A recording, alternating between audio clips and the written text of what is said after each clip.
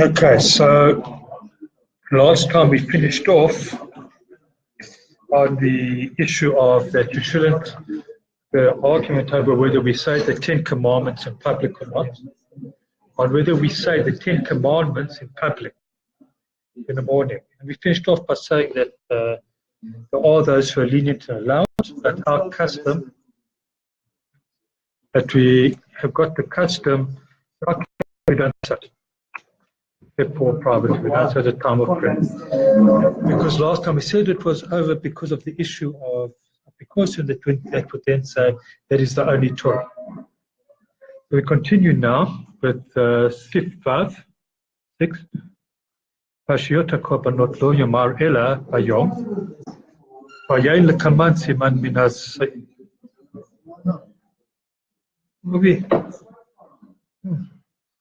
Lo yomar ela bayom vayayin lekaman siman min mem zayin seif. It says, and there's a custom.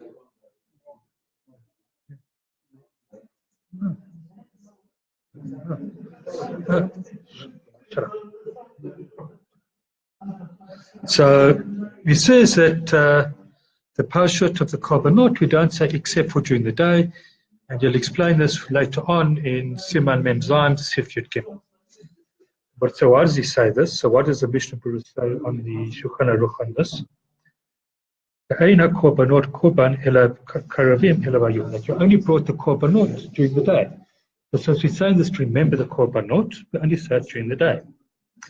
Aval pashat hakiyuv u pashat trumat hadeshen echolema kodem hayom. But the paragraphs, the pashat, the section on the cure, the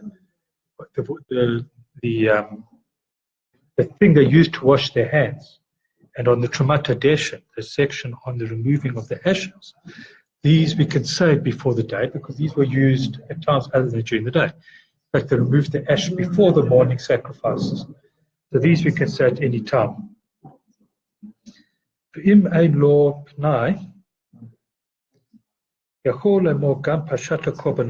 says that if he doesn't have time, he's going to run out of time, so he's going to say Shafrit early, you can say the korbanot at any time, even during the night. It says,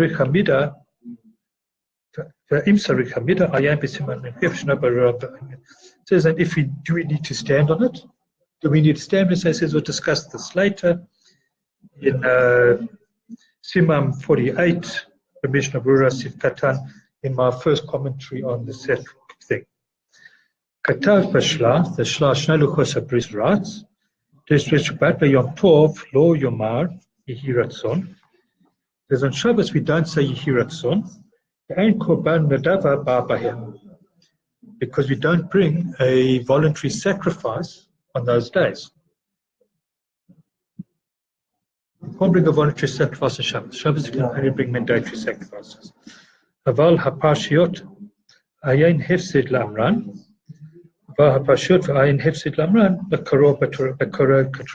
Ever we can say those verses as if we were reading it from the Torah. So we're not saying it's a normally during the week or saying we're saying it in order to remember the sacrifices if we had done them. But on Shabbos, we don't say them because you don't bring them. But you can say it as if you were just reading it from the Torah.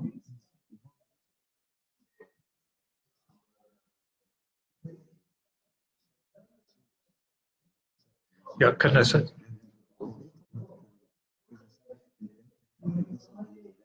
Okay, so no, but the Musaf service Amida on Shabbos, the whole point of it is to remember the Musaf Korbanot. So the paragraphs of the Korbanot we say before, before Pusakei Zimra, before we start the morning service, those are to remember the Korbanot that they did in the temple. But there we talk about voluntary sacrifices also. So where the point is that you can't on Shabbos you cannot bring a voluntary sacrifice. So they say for those ones, those sections which are about voluntary sacrifices, those we don't say on Shabbos because we don't bring it. However, if you still want to read them as if you're reading a section of Torah, that's permitted. Because they read the section of Torah.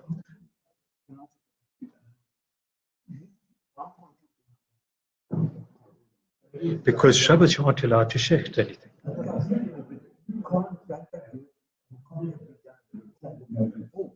No, but then it's not on Shabbos. So it's not on Shabbos. And the day before you can, on Friday you can definitely say the sections of the korbanot. So Shabbos you can't. So on Shabbos you cannot bring a voluntary sacrifice.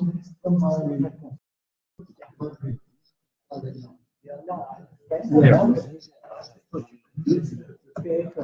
No, they just brought they brought on Shabbos. They brought the mandatory sacrifice. Sacrifice had to be offered. So you had korban tamid on Shabbos, and you had the musaf. And you had the musaf. You write the exam off. Why am I on the shoe? Because you're standing behind me. So on Shabbos you cannot bring a voluntary sacrifice. The community brought sacrifices. So the Torah said you will bring a korban tamid every day. That is from the Torah, so that is a specific commandment. You will then bring the following sacrifices on Shabbos. Specific commandment, therefore you can bring it. On Yom Kippur you will bring the following sacrifices. Specific commandment, you can bring it. But I cannot choose to bring a korban nodava. I can't bring a voluntary sacrifice. I can't choose to bring a peace offering. I can't bring a Thanksgiving offering. I can't bring a korban chatos on Shabbos. That can only be brought.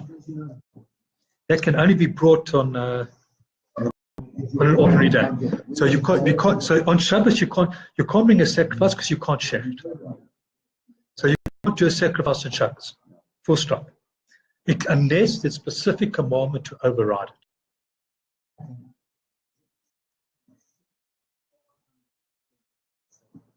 No? There's no obligation to there's no obligation to go to the temple on Shabbos. There's no obligation to go to shul. They pray by themselves. What about it? So you pray without a minyan. A minyan's preferred. It's not mandatory. No. It's better to pray with a minyan, but you can't. If the choice is I break halacha or I go to shul, I break halacha to go to shul or I don't go to shul. You don't go to shul.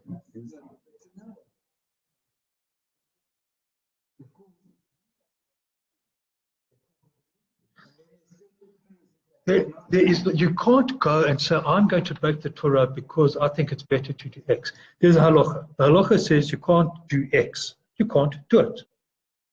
It is mandatory. It is not mandatory to go to shul. I can pray without a minyan, but it's just better to pray with a minyan. I can't say I'm putting aside a part of the Torah because I prefer to do something. It's not applies today. If you can only drive to shul, it's better you stay at home and pray by yourself. The shul's too far to walk.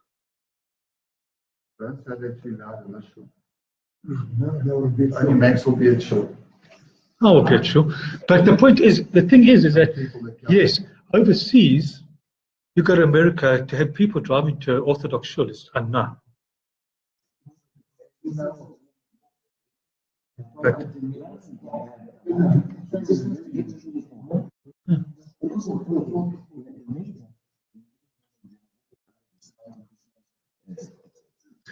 the point is that there is no permission to break halacha to keep another halacha.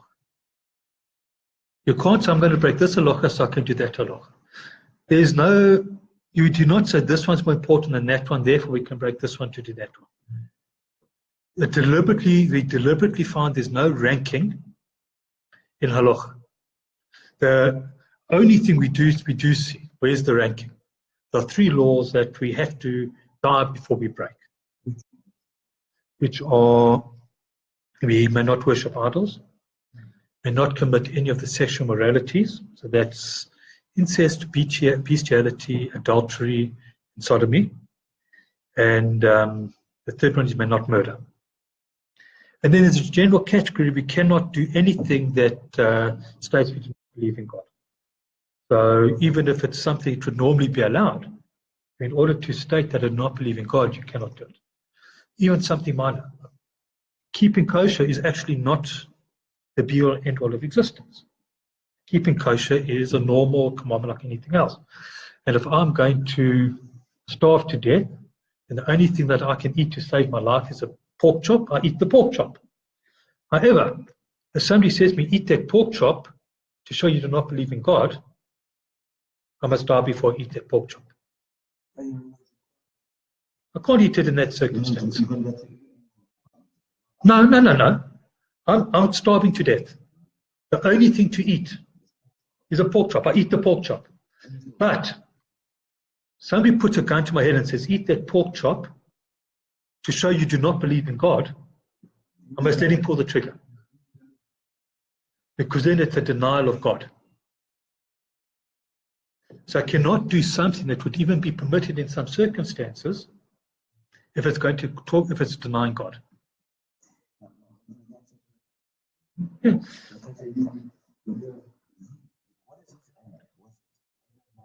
No. Hitler's aim was to wipe out the Jews. He didn't care if you're religious or not. He decided Jews were a race. There were people that did not know they were Jewish. I've read one case of a priest. His grandfather had converted. He did not know he was Jewish. Germans checked the records, said you're Jewish, and he was killed in a concentration camp along with all the other Jews because he was a quarter Jew. That was it. Once you were a quarter Jew, you were Jewish and you died. That was it. No, they didn't care about the father. No. No difference. No. You went by, at an eighth Jewish, you were then not killed. You were lesser, but you weren't killed. But at a quarter Jewish, you had one Jewish grandparent. He didn't care. He wasn't worried about Jews. He had decided on a thing called a Jewish race. He had this bizarre genetic theory that completely warped what Darwin taught to come with the theory that Jews were a separate race. And once you're a race, converting doesn't help. Because it's racial, it's genetic, and you can't change your race. So he wanted to wipe out the Jewish race. You were a quarter Jewish, there's enough you end up in a gas chamber. The fact that your Roman Catholic priest who never even was brought up, his parents were brought up as Christians, his grandparents lived as Christians, just one happened to be born Jewish, was enough for him to kill you. He did not care what you believed, he cared about who your parents was. We move on to Siman Chet. Seif Chet, Yomar im hakorbanot pasuk v'shachat oto al yerech hazabach tzafona livnei Hashem. And we say together with the korbanot in the morning, the pasuk, the verse v'shachat oto, it talks about that you kill it on the mizbach tzafona, on the south of the mizbach before God. Now, just one word on this before we go to the Mishnah Berurah on it is that people have this image that korbanot were off, that you killed the animal on the altar. They weren't. Animals were not killed on the altar. No. So before and in there was a special section of the courtyard that drinks, you tied the animal up. The animal was killed away from the altar. The limbs and the parts that were to be burnt were put on the altar, and the blood was sprinkled on the altar, but they were not killed on the altar. They were taken to the altar after. So what does it say on this verse? Hang on,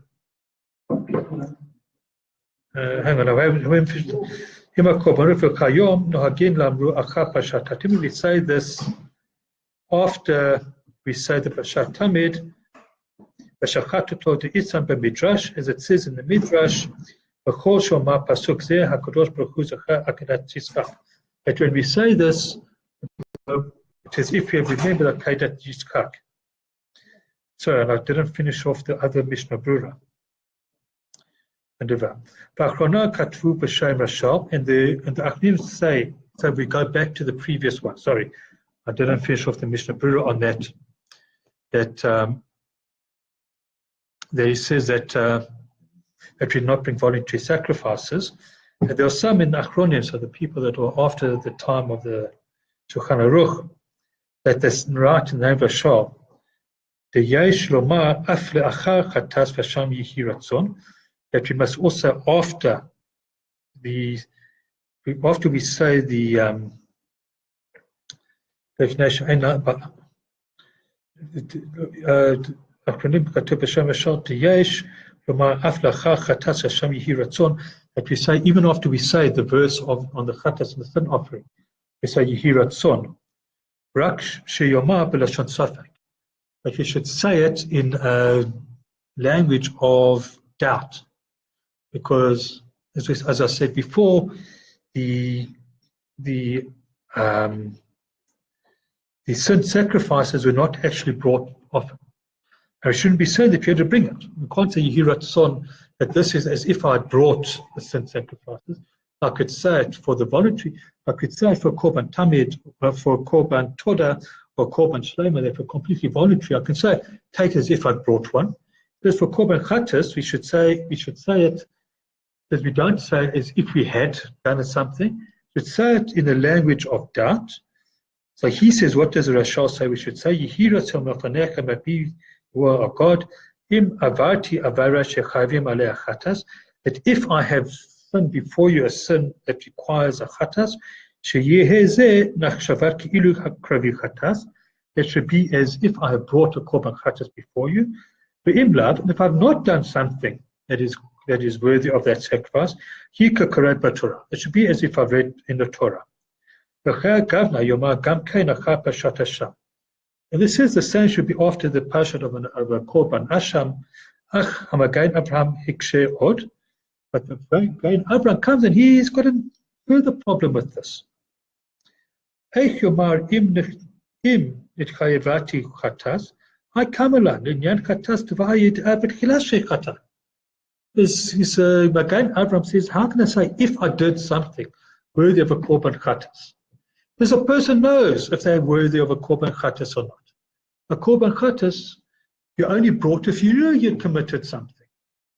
So he says, how can I say that?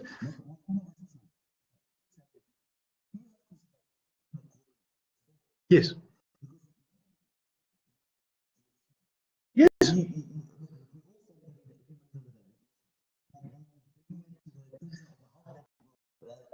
A korban chatas was only brought for really, really serious sins, as I said last time.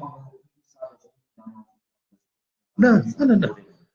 It was only if it was worthy of the death penalty or worthy of karas, your soul being cut off. Otherwise, you don't bring a korban chatas. And it had to be done involuntarily. If I deliberately did something like that, no korban atones for me. The atonement is purely my heart. I might probably then bring a korban shlamim afterwards as a peace offering to create that bond again. But for deliberate sin, there is no korban. So korban chatas, I did something by mistake, worthy of the most serious of punishments. Then I brought a korban chatas. Now again, Abraham is saying, hang on. So the Rashal says we say it as a suffix because most of the time you're not going to be behaving like this. He says, but you didn't bring a korban chatas unless you knew. So how can I say this? He's saying, how can I say this? He's saying you can't say it in a verse of doubt. Rather, don't say Yehi Ratzon on korban chatas. Abraham. So when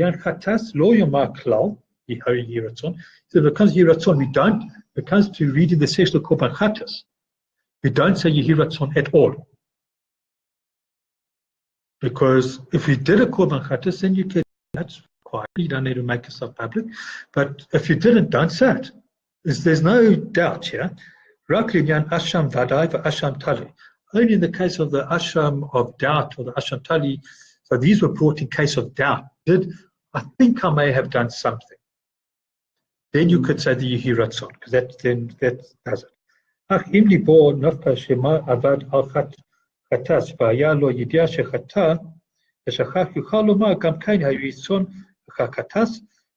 the person did do something that required a korban chatas, at the time he had no knowledge and he forgot, now he comes and remembers, then he can say Yehi Ratzon, because now it counts. We want to say, count this as if I had brought it. In order to make sure of it. We finish off Siman Alef with seif tet.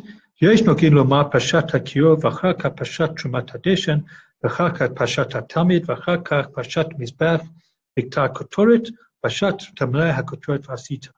And those who say that we say the Pasha of the Gior, the Leva, after that we say the Pashat of the removing of the ash, and after that the section on the Tamid sacrifices, the daily sacrifices. And after that, the section of Mizbeach Ketorah, the bringing of the Ketorah sacrifice, the Ketorah is the incense, thank you. For Pashat Simanai HaKetorah Vasiyata. And the whole thing. So you look, if you go into the article Siddur, you've got that whole section of Korbanot, which brings all of these in the order with Yiratzon and everything else. So you'll find that's why most shuls don't do it every morning. If a person wants to do it, they really do it by themselves. They would. So what you find is most shuls would do Rabbi Yishmael Umar. The section, because that then gives the 13 rules of how we dash in the Torah. We say that is our siman for this.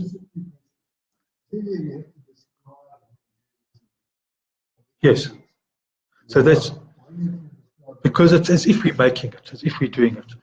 So that's actually what was in it. Now it's actually forbidden for us to make the incense. And there's a section. Yeah.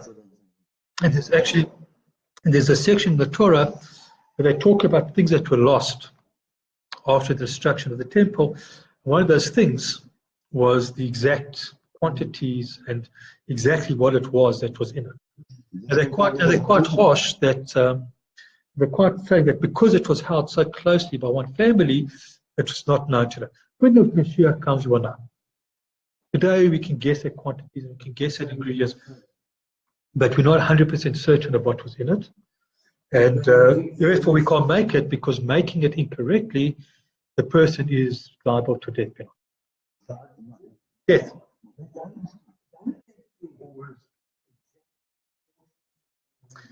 They give exact portions, but there's a debate over exactly how they were mixed and exactly what some of the ingredients were. There's arguments over some of the ingredients. What were they? A Hebrew name, but we don't know what it was. Yeah. So the name of the thing is sometimes argued over. So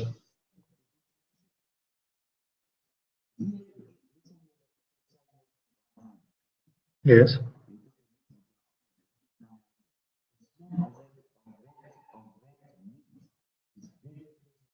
Yes. That's a right call. But that's got nothing to do with the sacrifice. Only special if you put it on the Temple Mount. The korban has to be offered on an altar in front of the Mizbeach. We see that at the time, one Shlomo built the temple, Hashem appears to him and says, from now on, it may not be off the Mizbeach, may not be built anywhere else. And we see multiple times in the Torah, it says you'll offer sacrifices before the Mizbeach. The Mizbeach can only be in one place, the sacrifice can only be in one place. And the altar has to be made of stones, which were not broken up with metal. It is not a single stone. It is not. Our brass do not even come close to qualify. The brass is an oven. It's not a sacrifice. It's a wonderful smell. Great. Okay. No, the incense sacrifice wasn't offered. Incense sacrifice was completely separate. An incense sacrifice had nothing to do, was actually offered on the inside altar, not on the outside. It had nothing to do with the sacrifices brought outside. Yeah. Okay, so we'll finish off the last seif of the Mishnah Berurah quickly. As Mishnah says, today we said after the Pashat Tamid. Okay. So next time we will start off on Siman Bet. Finally finished the first thing. Thank you guys. And Wednesday morning, same time. Hopefully without the same disruption from the peanut gallery.